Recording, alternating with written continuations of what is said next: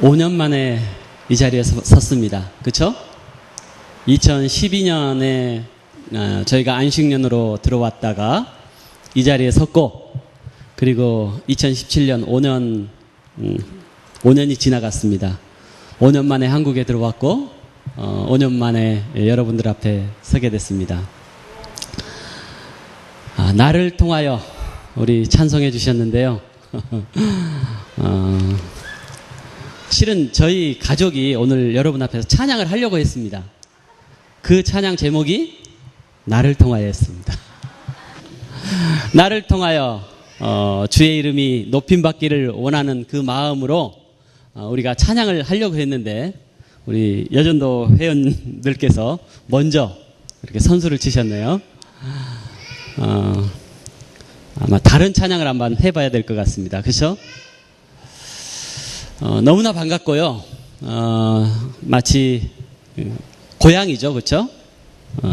고향과 같습니다. 제가 이곳에서 신앙생활을 하지는 않았지만 저희 어머님이 계시고 또 저희 친척 우리 매형이 목회하시는 이곳에 온 것이 정말 고향에 온 듯한 그런 느낌으로 지금 이 자리에 섰습니다.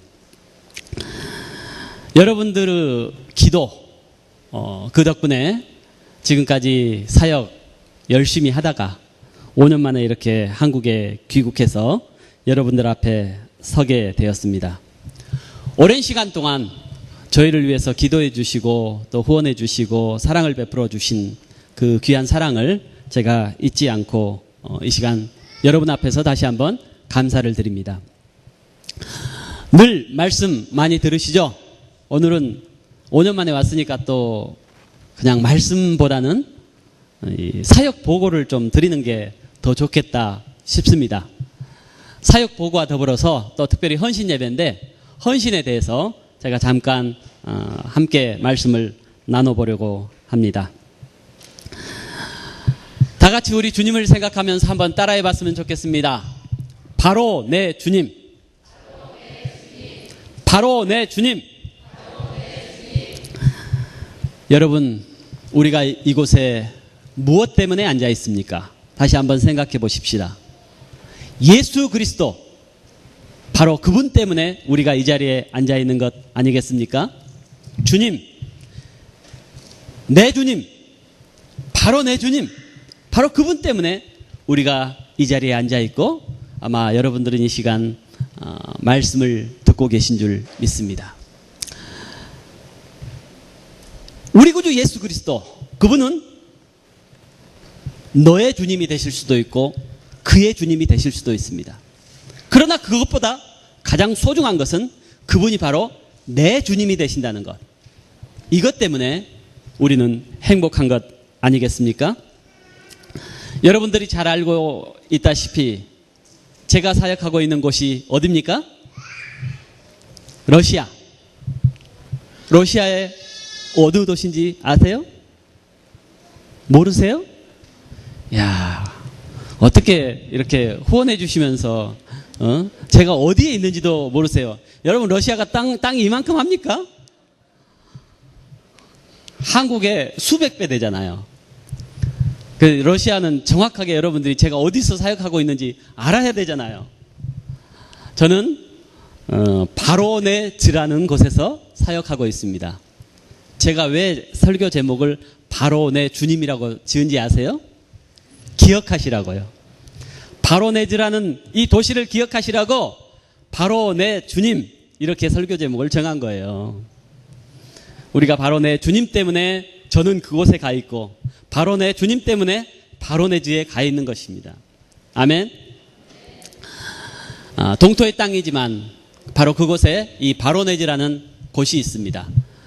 아마 저는 대부분 여러분들이 제가 사역하는 그 장소를 아시리라 생각했는데 잘 모르시는 것 같아서 다시 한번 간단하게만 설명해 드릴게요.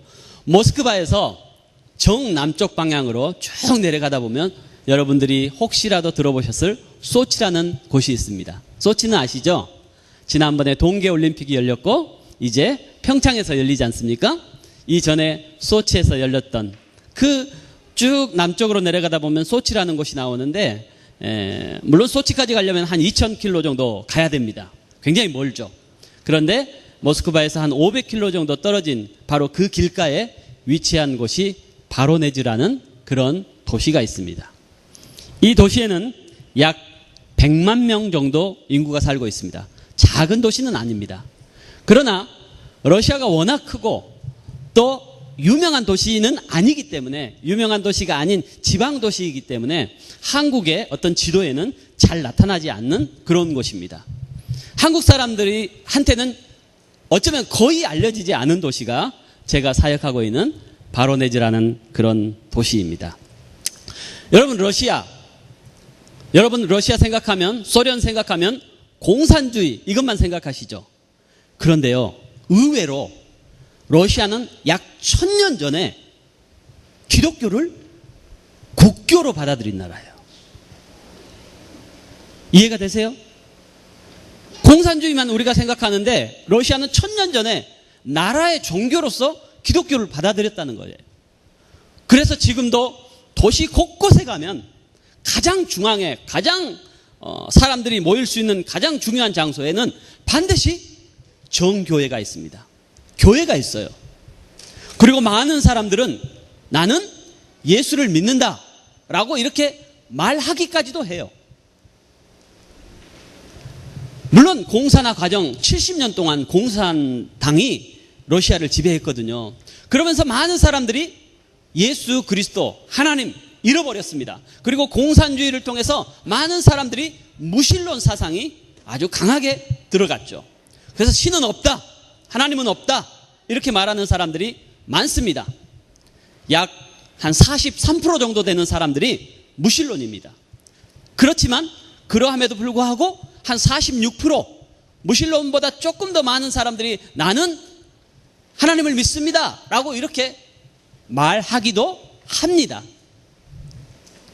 그런데 문제는요, 그들이 이렇게 나는 하나님을 믿습니다 라고 말을 하지만 교회를 다니지 않습니다. 성경을 읽지 않습니다. 하나님의 말씀도 듣지 않습니다. 그러니까 그 말씀을 삶에 실천함도 없습니다. 아무것도 없다는 거죠. 그냥 단지 생각으로 나는 신앙인이다, 나는 하나님 믿는다 이렇게 생각할 뿐 아무런 교육도 없고 아무런 신앙도 없고 그렇게 그럭저럭 그냥 살아간다는 겁니다. 정교회의 기념일인, 물론 우리도 같이 기념하죠. 부활절이나 아니면 성탄절이나 이런 날만 이 사람들이 교회에 가는 경우가 아주 많습니다. 그러니까 우리나라의 불교 신자들이 초파일이 되면 교회에 가는 것처럼 그 사람들도 그때만 갑니다. 늘 다니는 것이 아니라, 매주 교회 다니는 것이 아니라 그때만 가서 정교의 벽을 둘러보고 천정을 둘러보면 온통 벽화와 또 성인들의 형상과 이런 것들로 가득 차 있습니다. 그 형상들 앞에 가서 촛불을 꽂고 기도합니다. 꼭 우리 불교가 하는 모습하고 마치 굉장히 비슷합니다. 그것이 신앙생활의 전부라고 생각합니다. 그리고 벽화와 또 어떤 형상이 없는 우리 개신교를 향해서는 이단이라 말합니다. 그러니까 우리 개신교가 이단인 거예요. 러시아에서는 우리 개신교, 우리 기독교 이걸 이단이라고 말하는 거예요. 자기들이 정통 교회고 우리는 이단이다 이렇게 말을 하기 때문에 대화를 하다가도 내가 개신교 선교사요, 개신교 목사요 이렇게 밝히면 말을 끊어버리는 경우도 아주 많다는 것입니다. 바로 그러한 상황 가운데서 우리 바로네즈, 이 베델교회가 세워졌고 그곳에서 저희들은 사역을 감당하고 있습니다. 먼저 잠깐 영상을 통해서 이 저희 사역을 보시는 것이 더 제가 한 장면 한 장면 설명해 드리는 것보다는 더 좋으리라 이렇게 생각을 합니다. 여러분들 5년 전에도 제가 영상을, 물론 다른 영상이죠, 보여드린 적이 있는데 그때도 아마 의아해 하시는 분들이 계셨던 것 같아요. 왜 러시아에 흑인들이 있나? 이상하시죠? 영상을 보시다 보면 러시아 사람들이 나오고 그 다음에 우리와 얼굴이 비슷한 또 고려인들이 있습니다. 그리고 고려인뿐만 아니라 흑인들이 있어요. 이 흑인들은 아프리카나 동남아에서 유학 온 학생들입니다. 저희 교회는 그 학생들이 여럿이 있어서 영상 가운데 그런 흑인들도 등장할 것입니다. 그러니까 의아해하지 마시고 보시라고 미리 설명을 드립니다. 잠깐 먼저 영상을 보신 다음에 제가 말씀을 계속해서 전하도록 그렇게 하겠습니다. 물론 과거에 러시아에서 사역을 한 적이 있었습니다. 그렇지만 이곳에 나아간 적은 2008년도에 처음으로 나아갔습니다. 그때로부터 지금까지 저희 가정은 저를 비롯해서 제 아내와 저희 아이들은 이곳 바로네즈에서 거주하고 있는 유일한 한국인 가정입니다. 장기적으로 거주하는 한국인이 없다라는 거죠. 지금부터 한 9년 전인가요? 아이들이 유치원을 들어갈 때만 해도 그 유치원 50년 역사 가운데 유일한 외국인, 유일한 한국인, 유일한 동양인들이었고요. 또 지금도 애들이 중학교를 다니고 있습니다만은 현재도 그 60여 년의 역사를 가진 이 학교인데 역시나 유일한 외국인들입니다. 동양인들이 많지 않습니다. 그래서 저희를 보는 눈이 많이 불편하기도 합니다, 실은. 아이들 어렸을 때 이렇게 손을 잡고 가다 보면 많은 사람들이 굉장히 희한한 눈으로 저희들을 바라보는 지역이기도 합니다. 이처럼 한국과 너무나 다른 낯선 곳이죠. 낯선 곳에서의 사역, 낯선 곳에서의 삶, 결코 쉬었다라고 이렇게 말씀드리기는 어려울 것 같습니다. 특별히 그 러시아의 모든 선교사님들 또 거주하는 모든 분들이 가장 힘들어하는 것들이 비자 문제입니다.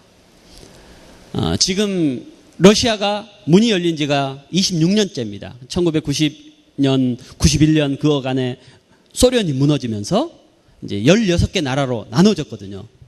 그러면서 이제 개방화가 됐고 그때로부터 선교사들이 들어가기 시작했습니다. 그러니까 26년 정도 지금 사역을 하고 있는데 아직까지도 이 비자 문제가 해결되지 못해서 힘들어하는 선교사님들이 참 많이 있습니다. 그런데 저희는 기적적으로 들어가서 2년 만에 정말 하나님의 도움이죠.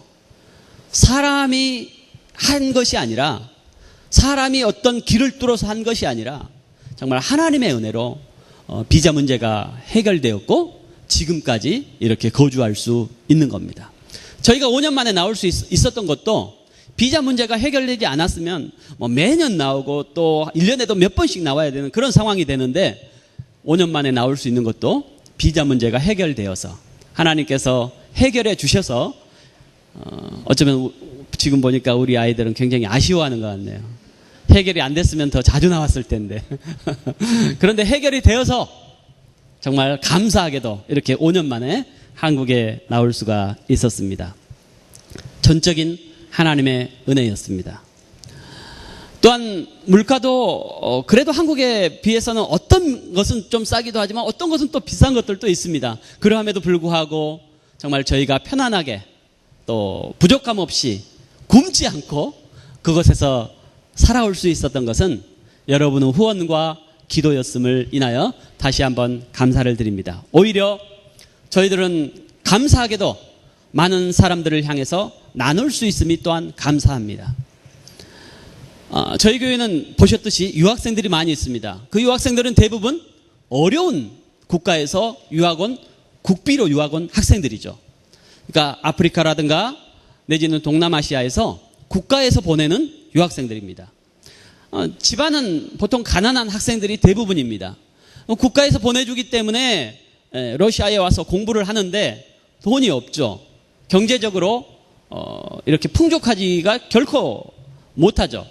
그러니까 때로는 굶기도 하고 때로는 교회 올 때 버스비가 없어서 영하 20도 내지는 30도 이런 데서도 몇 킬로씩을 걸어오는 친구들도 있습니다. 도와야죠. 먹어야죠. 만날 때마다 돕고 또 제 아내가 음식을 대접해서 또 대접하기도 하고 이러한 어떤 배품을 나눌 수 있다는 것이 얼마나 감사한지 모릅니다. 그 유학생들 중에 한 학생이 마다가스카르라는 그 아프리카 정남동쪽의 섬나라입니다. 섬나라인데 물론 우리나라보다 훨씬 더 큰 섬나라예요.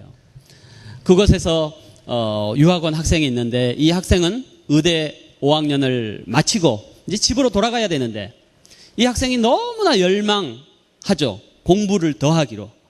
그래서 그 학생을 전적으로 저희 가정이 지원해서 그 학생 대학원 과정을 이제 금년에 마치게 할 수 있었습니다.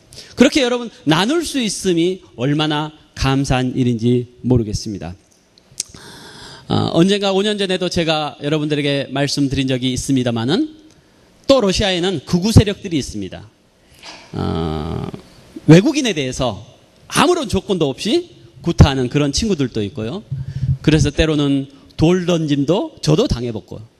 또 거리를 지나가면 치고 다니기도 하고 이런 상황 가운데서도 안전하게 또 5년 만에 이렇게 귀국할 수 있음이 얼마나 감사한지 모르겠습니다. 만약에 제가 다른 이유 때문에 그런 어떤 어려움을 당했다라면 아무래도 마음이 안 좋을 텐데 주님 때문이었으니 감사했습니다. 5년 만에 가족 모두가 이렇게 건강하게 귀국할 수 있었음도 정말 감사한 일입니다. 정말 감사한 일임을 말씀드립니다. 러시아에서 사역하면서 가장 어려웠던 점이 뭘까 깊이 생각을 한번 해보았습니다. 어쩌면 외로움이 아닌가 이렇게 생각을 해봅니다. 100만 명이 넘는 인구가 사는 바로네즈이지만 잠시 동안 바로네즈에서 공부하기 위해서 유학 온 한국 학생들은 있었습니다. 그리고 지금 현재도 한두 명 있습니다. 그러함에도 불구하고 장기적으로 저희 가족과 함께 거주하는 사람은 없다라는 거죠. 여러분, 전 세계 어디를 가나 100만 명이 넘는 도시라면 반드시 한국 사람이 있습니다. 그렇죠? 미국이라든가 아니면 또 어떤 유럽이라든가 정말 시골에 가도 한국 사람이 어딘가는 거주하거든요. 그런데 그곳에는 한국 사람이 없죠. 저희하고 아주 가깝게 교제할 만한 또 저희 자녀들과 친구할 만한 그런 자녀들이 없다라는 겁니다. 그렇기 때문에 당연히 한국 학교도 없죠. 또 한국 가게도 없죠. 저희가 가장 가까운 한국 가정을 만나기 위해서 어떻게 해야 합니까? 저희는 500km 이상을 자동차로 가야 한국 가정을 만나서 교제할 수 있는 그런 지역입니다. 어떻게 보면 외롭죠. 물론 국내에서도 외로움을 느끼시는 분들도 있죠. 저희 어머니 자녀들 외국에 보내놓고 외로울 때도 있으시겠죠. 저희들도 이런 명절 때라든가 이럴 때는 정말 가족이 생각나고 그립고 하는 그런 것들이 있습니다. 인간적으로 보면 그런 외로움들이 저희 가정에 있었다라는 겁니다. 지난 6월 중순에 저희 러시아에서 상트페테르부르크라는 러시아에서 두 번째로 큰 도시인데 그곳에서 구소련 16개국의 모든 선교사들이 모여서 선교사 대회를 열었습니다. 이미 지나갔죠. 참석자가 한 250명 정도 될 정도로 아주 큰 대회를 열었습니다. 그래서 저희 부부는 그곳에 참석하기를 원했습니다. 6월 중순이었으니까요. 그런데 저희 자녀들이 굳고 반대하는 겁니다. 왜 반대하느냐 이야기를 들어봤더니 한국에 하루라도 빨리 가겠다는 겁니다. 방학이 5월 31일 날이거든요. 그러니까 5월 31일 날 비행기를 타야 한다는 겁니다. 5월 31일 날 한국에 도착을 해야 한다는 거죠. 한 10일 정도만 기다리면 그 선교의 대회에 참석해서 그동안의 선교 어떤 사역들을 돌아볼 수 있고 또 선교사님들과 함께 정보를 공유할 수 있고 앞으로 어떻게 선교해야 될 것인가 어떤 비전도 공유할 수 있고 나눌 수 있는 그런 자리들이 있는데 그러함에도 불구하고 하루라도 빨리 한국에 가겠다는 거예요. 그러면 저희 자녀들이 한국에 친구들이 있습니까? 없어요. 한 명도 없어요. 유치원 전에 갔기 때문에, 유치원도 뭐 다니다가 아주 어렸은 나이에 갔기 때문에 한국에 만날 사람도 없고, 물론 뭐 할머니가 계시고 또 뭐 친척들이 몇 분 계시긴 하지만은, 그러나 특별하게 며칠 늦게 만난다 해도 큰 문제는 없는데 가겠다는 겁니다. 저희 자녀 핸드폰을 봤더니 이제 한국 가기 300일 전, 또 200일 전, 하루하루 그렇게 바뀌는 뭐가 있더라고요. 날마다 이렇게 바뀌어서 이제 뭐 며칠 남았다, 뭐 이게 나오는 그게 있어요. 참 제가 보면서 저희 어른들도 참 외롭지만, 그러나 저희 자녀들 마음에 참 그런 안타까움이 있었구나. 자녀들의 모습을 보면서 그런 것들을 느낄 수도 있었습니다. 많은 표현들을 저희한테 하지는 않았죠. 부모에게 막 엄청나게 외롭다, 슬프다, 뭐 만나고 싶다 막 하지는 않았지만, 그들의 마음속에, 저희 자녀들의 마음속에 그런 안타까운 마음들이 있었다는 것을 이렇게 생각하면서 부모로서 참 안타까운 그런 마음이 있었습니다. 선교사로서의 삶, 한국을 떠난 그런 삶, 생활, 사역, 저는 결코 쉽다라고 이렇게 말씀드릴 수는 없을 것 같습니다. 수없이 많은 장애물들이 있습니다. 언젠가 선교 편지를 쓰면서 산 넘어 산, 그리고 또 산이라는 그런 제목으로 글을 써본 적도 있습니다.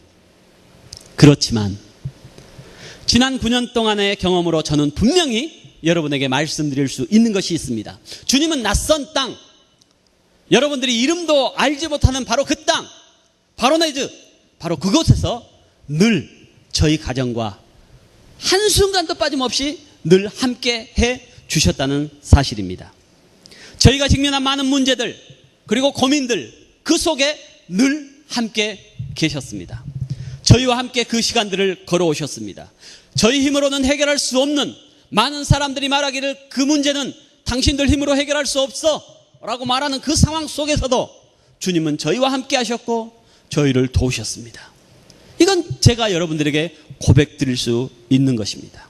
설령 우리가 너무나 힘들고 지쳐서 아무것도 할 수 없을 때, 단지 우리가 주님 안에 있기만 한다면, 단지 주님만 붙들고 있다면, 주님은 주님의 일을 진행시키셨습니다. 주님은 선교 사역을 진행시키셨습니다. 왜냐하면 선교는, 복음을 전하는 일은 바로 저의 일이 아니라 하나님의 일이었기 때문입니다. 우리 주님께서는 주님을 대신해서 누군가 가기를 원하십니다.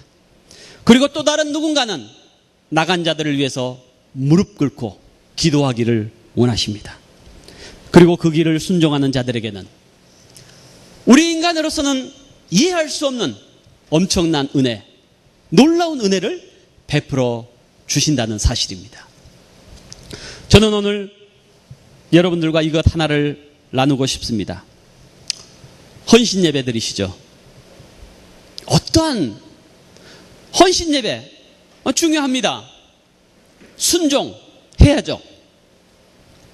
그런데 문제는 우리가 어떠한 마음을 가지고 순종하느냐, 어떠한 마음을 가지고 헌신하느냐, 이것이 소중한 것 같습니다. 저는 여러분들에게 이렇게 말씀드리고 싶습니다. 아버지의 마음, 하나님의 마음, 그 마음을 가지고 순종하십시오. 우리 인간의 이성, 어떤 인간의 어떤 판단, 인간의 계산, 이것을 가지고 순종하는 것이 아니라 아버지의 마음으로 순종해 주실 것을 부탁을 드립니다. 지난 9년 동안 저는 이 바로네즈라는 곳에서 사역하면서 많은 것들을 경험했습니다. 하나님께서 양적인 교회의 부흥도 허락해 주셨습니다. 여러분 보셨지만 현지인 목사님도 세울 수 있었고 현지인 전도사님도 있습니다. 지금 제가 없는 이 시간에는 그 목사님과 전도사님이 번갈아 가면서 말씀 사역을 지금 진행하고 있습니다. 제가 편안하게 이렇게 한국에 있을 수 있는 것은 그분들이 세워져 있기 때문에 제가 이렇게 나올 수 있는 것입니다. 다양한 국적의 사람들을 보내주셔서 선교지에서 선교하는 교회라는 그 목적을 가지고 저희는 달려가고 있습니다. 소그룹 모임, 리더들도 세웠습니다. 한글학교도 세웠습니다. 젊은이들이 마음껏 자연스럽게 교회 안으로 들어올 수 있는 그 장을 마련해 주었습니다.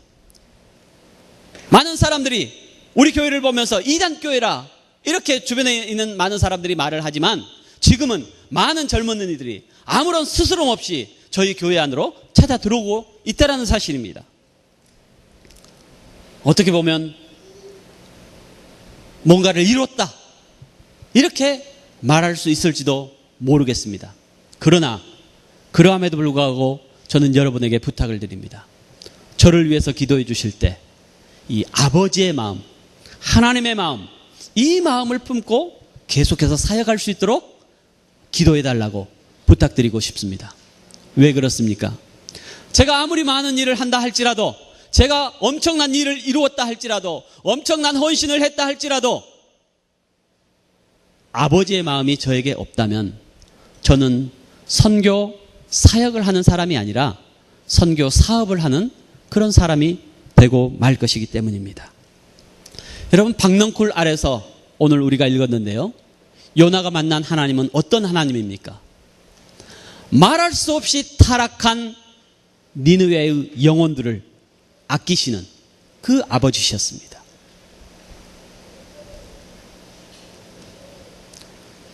영혼들을 아끼시는 그 아버지를 이 요나가 만났다라는 거죠. 바로 내 땅에서 제가 만난 하나님은 정말 죽을 수밖에 없는 영혼들, 말할 수 없이 타락한 영혼들, 죽어있는 영혼들, 어쩌면 마른 뼈 같은 그런 영혼들까지도 아끼시는, 품으시는 그런 아버지셨습니다. 요나가 만난 하나님, 제가 만난 하나님, 여러분이 만난 하나님, 뭐가 동일한 하나님 아닙니까? 여러분이 만난 하나님도 바로 그러한 영혼들을 아끼시는 하나님, 아버지의 마음으로 한 영혼을 아끼시는 하나님이신 줄 믿습니다. 내가 독생자를 십자가에 내주며 사랑한 그 영혼들을 아껴라. 그들을 향해서 나의 마음을 품으라. 주님은 이 시간도 저와 여러분에게 그렇게 말씀하시는 줄 믿습니다. 이제 8월 말, 이번 달 말이면 저희들은 다시 돌아갑니다. 6, 7, 8월 안식년이지만 1년 동안 하지 못하고 3개월만 하고 돌아갈 예정에 있습니다. 다시 돌아가는 저희들을 위해서 기도하실 때 아버지의 마음, 이 아버지의 마음을 계속해서 품고 사역할 수 있도록 기도해 주시기를 부탁을 드립니다. 때로는 니느웨를 향해 반응했던 요나처럼 왜 러시아입니까? 왜 소련입니까? 라고 반응했던 저에게 아버지의 마음을 계속해서 품을 수 있도록 기도해 주시길 바랍니다. 요나가 니느웨에 대해서 어떤 마음이 있었습니까? 지금 아수르라는 나라는 이스라엘을 지배하고 있습니다. 요나는 식민지국의 사람입니다. 그러면 자기를 다스리고 있는 나라인 이 아수르라는 나라, 그리고 그 수도인 니느웨 멸망당해야 합니다. 그래야 자기 나라가 해방되죠. 그래서 요나는 곧바로 니느웨로 가지 않았지 않습니까? 다시스로 도망갔지 않습니까? 회개의 복음을 가서 전해라 라고 하나님이 말씀하실 때 왜 내가 그곳에 가야 합니까? 저 나라는 멸망해야 될 나라인데 왜 내가 그곳에 가서 복음을 증거해야 됩니까? 회개의 복음을 전해야 합니까? 라고 반응하면서 다른 곳으로 가지 않았습니까? 저도 그랬죠. 왜 러시아입니까? 왜 소련입니까? 소련이 저에게 어떤 이익을 가져다 주는 것도 아니고, 소련은 어떻게 보면 지금 우리나라의 가장 큰 문제 중에 하나가 남북 간의 문제 아닙니까? 그 남북 간의 분단을 가져온 가장 결정적인 역할을 했던 나라가 이 소련이라는 나라인데 왜 그 소련에 가서 내가 복음을 전해야 합니까? 내가 왜 그 소련을 가야 합니까? 다른 나라도 많이 있는데, 우리에게 유익을 가져다 주는 그런 나라들도 많이 있는데 왜 하필이면 소련입니까? 왜 하필이면 러시아입니까? 그 나라를 향해서 아버지의 마음을 품지 않는다면 그 나라에서 사역할 수 없을 것입니다. 그때 하나님께서 이렇게 말씀하시지 않았습니까? 요나에게 여호와께서 이르시되 네가 수고도 아니하였고 재배도 아니하였고 하룻밤에 났다가 하룻밤에 말라버린 이 박넝쿨을 아꼈거든. 하물며 그 큰 성읍 니느웨에는, 하물며 그 큰 성읍 러시아에는, 하물며 그 큰 성읍 바로네즈에는 100만 명이 넘는 죽어가는 영혼들이 살고 있는데 내가 어찌 그 영혼들을 아끼지 아니하시겠느냐? 이것이 하나님께서 저에게 주셨던 말씀이었습니다. 이것이 바로 하나님의 사랑입니다. 여러분에게 생소한 러시아의 낯선 땅 바로네즈를 기억하시고 계속 기도해 주시기를 부탁을 드립니다. 아버지의 마음을 품어주시기를 부탁을 드립니다. 그리고 더불어서 여러분에게 묻고 싶습니다. 하나님께서 요나에게 니느웨를 주셨다면, 하나님께서 저에게 바로네즈를 주셨다면 니느웨 같은 바로네즈죠. 그렇다면 여러분에게 주신 니느웨는 어디입니까? 하나님께서는 분명히 여러분에게도 여러분의 니느웨를 주셨을 것입니다. 여러분이 아버지의 마음을 가지고 찾아 나가야 할 바로 그 어떤 영혼들을 주셨을 것입니다.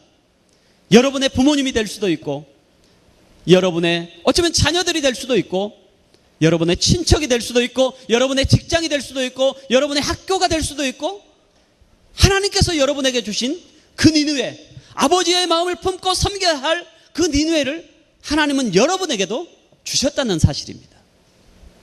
그곳이 어디입니까? 바로 그곳을 향해서 저와 더불어서 여러분들도 아버지의 마음을 품을 수 있기를 바랍니다. 죽어가는 영혼들을 향한 아버지의 마음은 눈물의 기도 속에서만 이해할 수 있을 것입니다. 니느웨, 여러분에게 주신 니느웨, 그것을 붙들고 그것을 붙드는 것, 이것이 바로 여러분에게 주신 하나님의 사명인 줄 믿습니다. 그리고 그 사명을 붙들고, 그 사명을 붙들고, 나에게 주신 그 사명을 붙들고 내 삶에 실천하는 것, 이것이 바로 헌신인 줄 믿습니다. 하나님은 헌신하는 자들을 분명히 축복하십니다. 자원하는 마음으로 하는 헌신, 가장 소중합니다.